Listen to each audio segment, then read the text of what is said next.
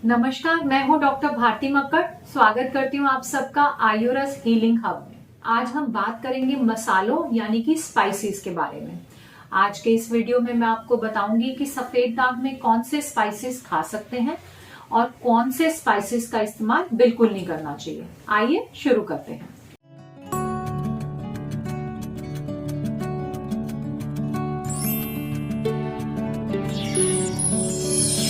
Spices को लेकर भी मेरे पास सफेद दाग के मरीज बहुत सारी क्वेरीज करते हैं।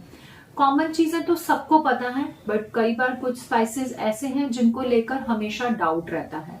कुछ लोग तो यहाँ तक कि नमक के बारे में भी पूछते हैं। बहुत लोग ऐसा भी मानते हैं कि नमक जो है वो सफेद दाग में उसका ज्यादा सेवन नहीं करना चाहिए या बहुत कम कर देना चाहिए। और कुछ गांव के लोग तो मुझे ऐसा भी बताते हैं कि नमक बिल्कुल हम बंद कर देते हैं।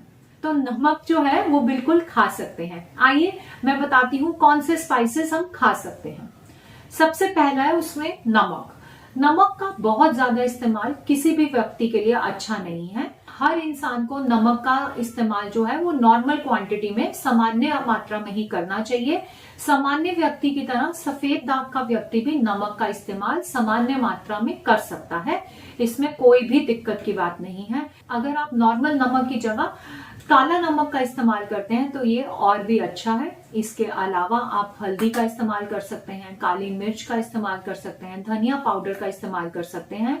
आप तिल का भी इस्तेमाल कर सकते हैं। तिल में स्पेशली जो ब्लैक तिल है, मैंने पहले भी बताया है, वो सफेद दाग में फायदा करती है और मेलानिन प्रोडक्शन को बढ़ाती है।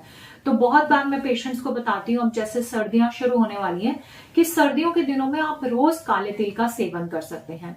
सफेद दाग के रोगी लाल मिर्च का भी इस्तेमाल कर सकते हैं। ऑल्दो मेडिकल साइंस के हिसाब से देखा जाए तो लाल मिर्ची का ज्यादा मात्रा में इस्तेमाल किसी भी व्यक्ति को नहीं करना चाहिए, लेकिन सफेद दाग में लाल मिर्ची नुकसान नहीं करती है। अगर आप मिर्च खाने के शौकीन हैं तो अपने खाने में लाल मिर्च जरूर सम्मिलित कर सकते हैं। सफेद दाग में ज्यादातर स्पाइसेस अलाउड हैं, फिर भी मैं उनका नाम एक बार ले लेती हूँ। उनमें है इलायची, लौंग, केसर, कड़ी पत्ता, तेज पत्ता, सरसों के सीड्स जिसे हम मस्टर्ड सीड्स बोलते हैं, जायफल, जावित्री, दालचीनी, अदरक, लहसुन, सौंफ। हींग का इस्तेमाल भी आप थोड़ी मात्रा में कर सकते हैं और राई का भी। अगर आप सफेद दाग से ग्रसित हैं तो राई और हींग भी खट्टे में आती है, बट इनको जब हम घी में भूनते हैं तो ये सफेद दाग के लिए नुकसानदायक नहीं रह जाते।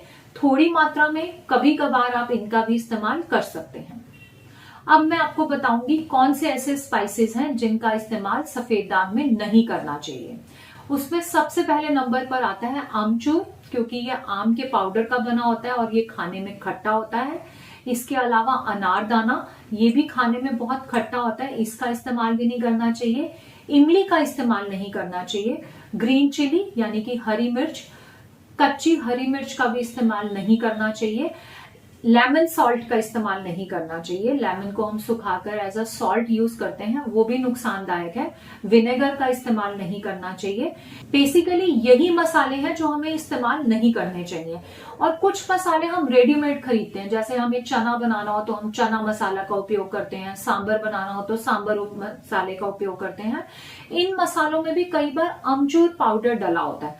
तो अगर आप इस तरह के रेडीमेड मसालों का इस्तेमाल करते हैं तो उनके इंग्रेडिएंट्स को देख लीजिए। अगर उसमें अमचूर डला हुआ है या कोई और खट्टा इंग्रेडिएंट डला हुआ है तो आप उन्हें अवॉइड करें और बाकी मसालों से ही अपनी सब्जी को तैयार करें। इस तरह से अगर आप खट्टे मसालों को छोड़कर अपनी रेसिपीज बनाते हैं तो सफेद दाग में कोई दिक्कत नहीं आती है। और जैसा कि मैंने बताया, ज्यादातर स्पाइसेस सफेद दाग में अलाउड हैं, आप उनका सेवन कर सकते हैं।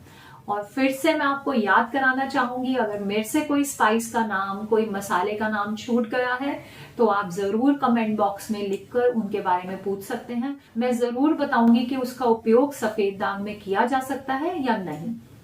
आशा करती हूँ आज का एपिसोड आपको अच्छा लगा तो एपिसोड को लाइक करें, मेरे चैनल को सब्सक्राइब करें।